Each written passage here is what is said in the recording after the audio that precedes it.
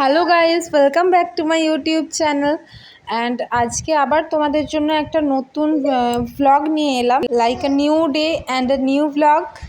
তো সকাল সকাল তো উঠে আমি সমস্ত কিছু পরিষ্কার পরিচ্ছন্ন করে নিয়েছি, উঠোন ধোয়াটাও ডান, আর ঘর মোছা, ঝাঁট দেওয়া, নিচের ঘরগুলো সমস্ত কিছু পরিষ্কার হয়ে গেছে। আর এই যে দেখো, আমাদের উঠোনে তো কত শ্যাওলা পড়েছিল, গ্যামাক্সিন পাউডার ছড়িয়ে দেওয়ার পর শ্যাওলাগুলো ম্যাজিকের মতো উধাও হয়ে গেছে। তো নানাই তো আমার সাথে সকাল সকাল উঠে গেছিলো, আর এখন যাচ্ছে ওর ঠাম্মার সাথে বেড়াতে। Tata tata. একটা গাড়ি দিয়ে যাও, দুটো গাড়ি কি হাতে করে কেউ নিয়ে যায়?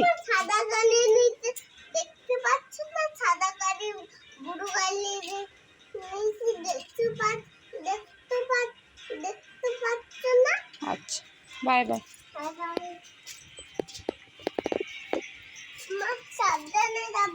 আচ্ছা,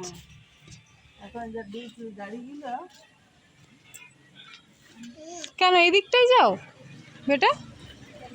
এদিকে কত গরু দেখতে পাবি, যা এদিকে, এইদিকে।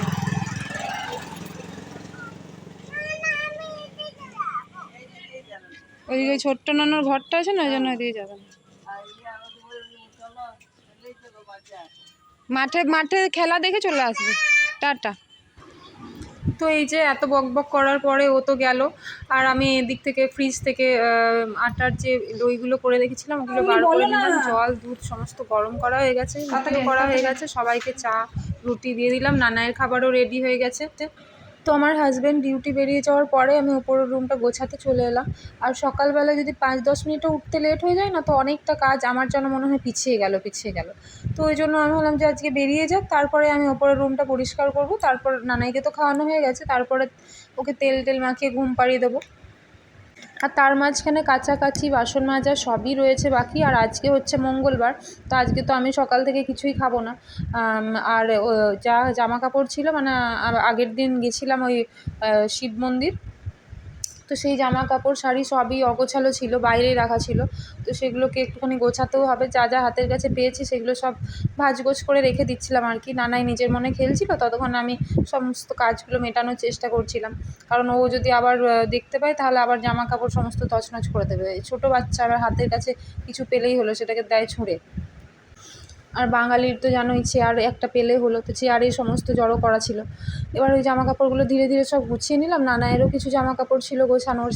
আগের দিন আমার হাজব্যান্ড ওর জন্য একটা জামা নিয়েছে, তো ওই জামাটা আমি ভাবলাম যে পুজোর জন্য যত নতুন নতুন জামাগুলো রয়েছে একটা করে সব নেওয়া হয়েছে, যখন তখন নিয়ে রেখেছি, সেগুলোকে এক জায়গায় করে দিলাম, তাহলে সমস্ত হাতের কাছে পেয়ে যাব কোনগুলো নতুন আছে, সব এক জায়গাতেই রইলো আর কি। আর যেগুলো 1-2বার করে পরানো হয়েছে সেগুলো আলাদা করে দিলাম, সেগুলো আলমারিতে আলাদা জায়গায় রেখে দেবো। এইরকমভাবে জামা গোছানো না থাকলে আমার খুঁজতে খুঁজতে না অনেকটা সময় চলে যায়।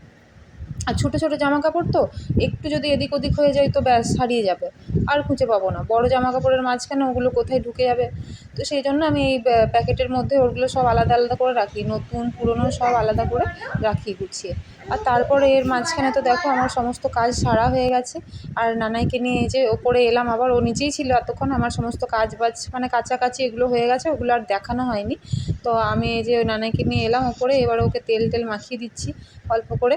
তো তেলটা মাখানোর পরে এবার ওকে ঘুম পাড়িয়ে দেবো।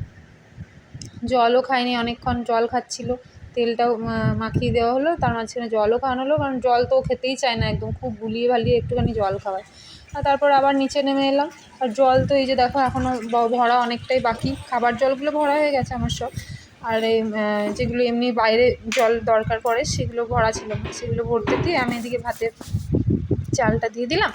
আর এদিকে নানায়ের জন্য যা আলু সেদ্ধ, গাজর সেদ্ধ ভাতের মধ্যেই দিয়ে দেবো, সেগুলোও রেডি করে নিলাম। রান্নাটাও তো, আর ভাতটা যেহেতু সময়ে করতে হবে, কারণ বাবাও রয়েছে বাড়িতে, তো তাড়াতাড়ি খেতে দিতে হবে। তো ওইদিকে রান্না টান্না চাপিয়ে আমি এদিকে চান টান তাড়াহুড়ো করে এই যে, যেহেতু বললাম মঙ্গলবার, তো মঙ্গলবারে তো আমি হনুমানজির পুজো করি। নানায়ের যখন থেকে শরীরটা খারাপ হয়েছিল তখন আমি ঠাকুরের কাছে মানত করেছিলাম যে আবার 108টা প্রদীপ জ্বালবো।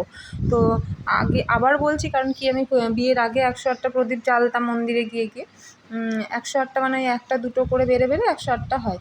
তো তো সেইভাবে এবারেও শুরু করেছি। তো আমার তো মন্দিরে যাওয়া হয় না, তো এখানে বাড়ির সামনে খুব একটা মন্দির টন্দির নেই যেতে, আর রানীগঞ্জে বাড়ির সামনেই ছিল, আর তখন ফাঁকা টাইমও তো অনেক ছিল, তাই যাওয়া হতো। আর এখন ওই জন্য ঘরেই আমি হনুমানজির একটা ফটো রেখেছি, ওখানেই পুজো করি, ওখানেই প্রদীপ জ্বালি, সব কিছু ওখানেই করি। তো এই যে হনুমান চালিসা পড়তে পড়তে আমি সব ঘি দিয়ে প্রদীপগুলো বানাই, থালার মধ্যে জেলে দিচ্ছি, আর হনুমান চালিসাটাও বলছি তার সঙ্গে সঙ্গে। দিয়ে পুজোটা হয়ে গেলে এরপর আমি আবার রান্নাঘরে চলে যাবো আর কি। আর এই যে দেখো আমার এই হনুমানজির ফটোটা, এখানে আমি পুজো করি।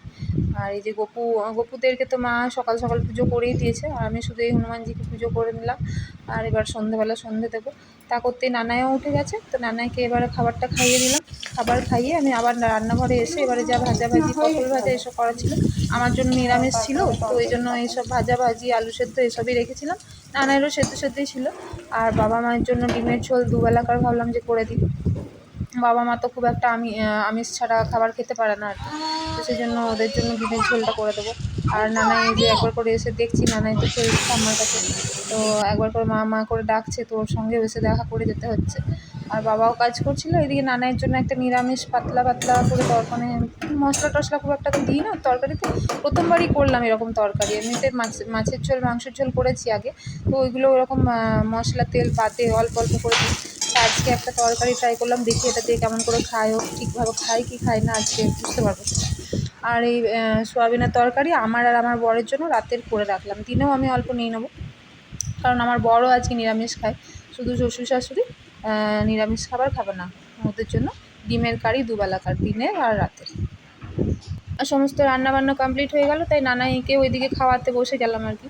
ওর জন্য এই যে পাতলা করে মুসুর ডাল ছিল, তরকারি ছিল, পটল ভাজি ছিল, এইসব দিয়ে খাই দিলাম। আর বাবাও খেতে বসে গেছে।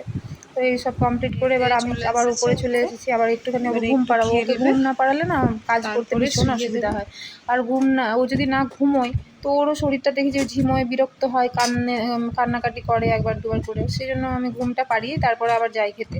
তো এই যে আমি খেতে বসলাম, এবারে অল্প তরকারি নিয়ে, ডাল নিয়ে, পটল ভাজা নিয়ে, ওই দিয়ে আমার খাওয়া হয়ে গেল। খাওয়ার পরে টেবিল ফেবিল সমস্ত পরিষ্কার করে নিলাম, এই যে বাসন রয়েছে, তো এই কিছু বাসন মেজে নেবো। এর আগে তো যা বাসন জড়ো হয় সে তো আমি রান্না করতে করতেই ধুয়ে নিই, তাই অনেকটা বাসন জড়ো হয় না। এখন যা আছে সেগুলো খুব খুব একটা বেশি নেই বাসন, এগুলোকে ধুয়ে নেব। ধোয়ার পরে আবার ওরা চলে আসবে পড়তে, তো একটু তাড়াহুড়ো করে দেবো, আর আমাকে একটু রুটি করে নিতে হবে তার মাঝখানে। তো এই যে বাসনগুলো ধোবো, আর মেঘ করছিলো একটুখানি, তো ভাবলাম যে আবার বৃষ্টি না নামিয়ে দেয়। আর আজকে তো গামলার মধ্যে, মানে যেখান দিয়ে বাসন ধুই সেই গামলাটাতে জলও ছিল না, কলের জল এমনিতে ভরা ছিল ড্রামের মধ্যে, তো সেখান থেকেই নিলাম, আর পাম্পটা চালালাম না। জল রয়েছে যখন, বাই চান্স যদি কলের জল না আসে তখনই পাম্প চালিয়ে জল নেওয়া হয়, নাহলে পাম্পটা খুব একটা চালানো হয় না। তো যে বলেছি না আমাদের পাইপ লাইন তো করা নেই, তো আমাদের ওই ডাইরেক্ট পাইপ দিয়ে জল আসে, অনেকটা প্রেশারে জলটা বেরোয়, তো সেই জন্য। আর খুব এমার্জেন্সি না থাকলে পাম্প থেকে জলটা তুলে নিই। আর আগে আমি মঙ্গলবারে ভাত খেতাম না, কিন্তু এখন এমন অভ্যেস হয়ে গেছে না, মানে ভাতটা ছাড়া যেন থাকা যায় না। আর নানাই এখনও ব্রেস্ট ফিডিং করে আর কি, তো সেই জন্য ভাতটা না খেলে খুব অস্বস্তি লাগে, সারাদিনে মনে হয় যে আর শরীরে যেন এনার্জি নেই। এমনিতেই সকাল থেকে কিছু না খেয়ে থাকলে একটু লাগে দুর্বল দুর্বল, কিন্তু তারপর খেয়ে নিলে ঠিক হয়ে যায়, সেই জন্য না। আর ভাতটা, মানে আগে আমি লুচি পরোটা এসব খেয়ে থাকতাম মাইবুড়ো বেলায়, কিন্তু এখন ভাত খাই মঙ্গলবারে, আর নিরামিষ খাই। এই বৃহস্পতিবার মঙ্গলবার এগুলো আমি নিরামিষই খাই, আমিষটা খাই না। আগে বিয়ের পরে এসে খাওয়া হতো, তারপরে বললাম যে না, 1-2 দিন পালন করা দরকার। আর বিয়ের আগে তো বলোই না, বিয়ের আগে তো আমি অনেকবার, মানে অনেকগুলো দিন পালন করতাম নিরামিষ আমিষ করে। তো প্রায় 2 দিন হয়তো আমি আগে আমিষ খেতাম, আর বাকি দিনগুলো সব নিরামিষই চলতো আমার।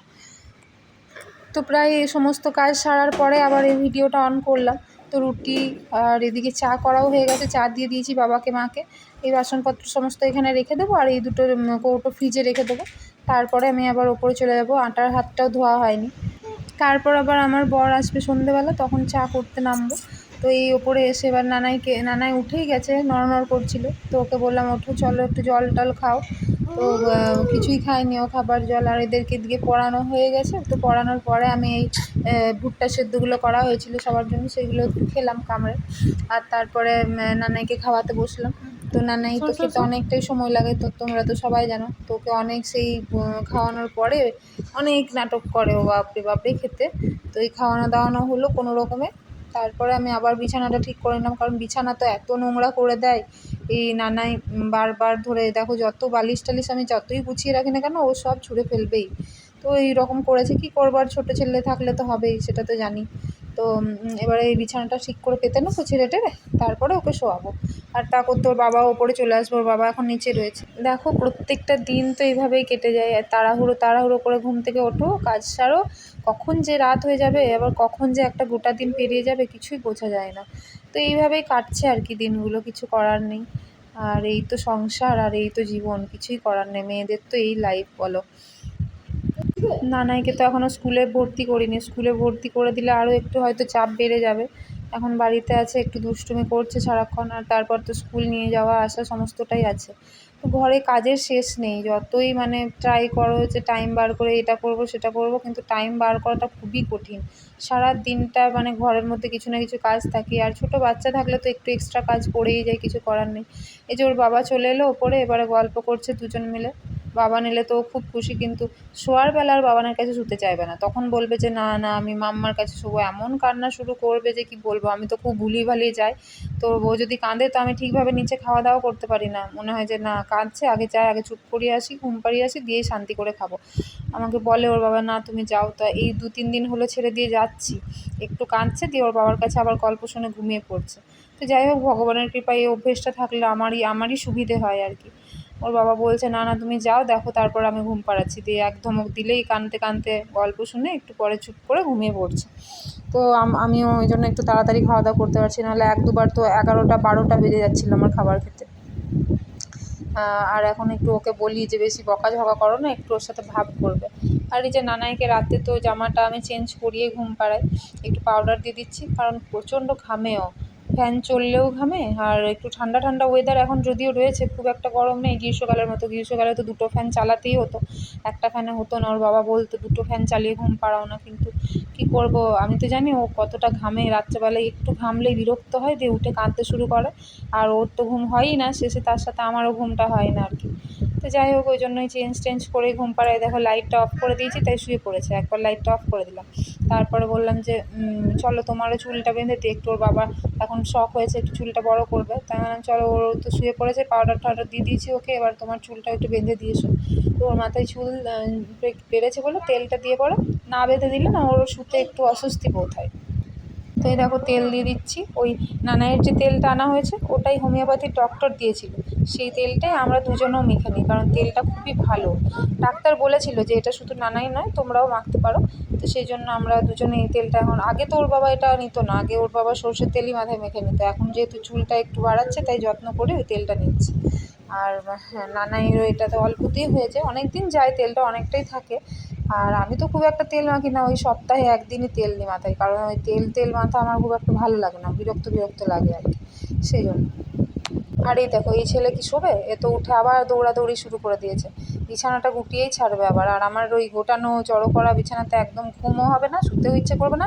আর আমার পাশে কেউ যদি শোয় সেটাও আমার মানে সহ্য হয় না আর কি, আমার মনে হয় যে একদম টান টান করে সুন্দর করে বিছানা পাতাতাম, তার মধ্যে শোবো। আর এই ছেলে দেখো, ও থাকতে দেবে বিছানা ওরকম, বাবা রে ও যা করে, মানে চিৎকার করে আমার গলা ধরে যাবে দেখো, আমি ওর পেছনে চিৎকার করতেই থাকি। আর ওর এই দিয়ে বললাম এবার গুড নাইট বলে শুয়ে পড়ো, আমিও যাই, দিয়ে গুড নাইট বলে ভুলিয়ে ভালিয়ে ওর বাবার কাছে রেখে এসেছি, হয়তো এতক্ষণে ঘুমিয়েও গেছে। আর আমিও খেয়ে দিয়ে এই যে এই বাসনগুলো রয়েছে রাতের বাসন, আমি তো রাতের বাসন রাতে ধুয়ে ফেলি, তো এগুলোকে এবার ধুয়ে নেব। আর এই দেখো কিছু কাপড়ও বাইরে রয়েছে, এগুলো সব ভেতরে পরে দেবো যদি বাই চান্স বৃষ্টি আসে, সেই জন্য। সবাই ঘুমিয়ে পড়েছে বাড়িতে, এখন কেউ জেগে নেই, নিচ্ছুম, বাবা মা তো অনেকক্ষণ ঘুমিয়ে পড়েছে খেয়ে দিয়ে। তো এবার আমিও এই বাসন টাসন ধুয়ে চলে যাব সোজা ওপরে, বাসন টাসন ধুয়ে এখানে রেখে দিচ্ছি। আর নানাইয়ের বাবা যেহেতু আজকে বাজারে গেছিলো, তো সেই জন্য এই যে গোলাপ জাম নিয়ে এসেছিলো সবার জন্য, আর আমার ফেভারিট সাত্তাম থেকে এনেছিল, সেটা খেয়ে দুধটা নিয়ে আমি ওপরে চলে এলাম। তো তোমরা সবাই ভিডিওটা লাইক করে দিও, সঙ্গে থেকো।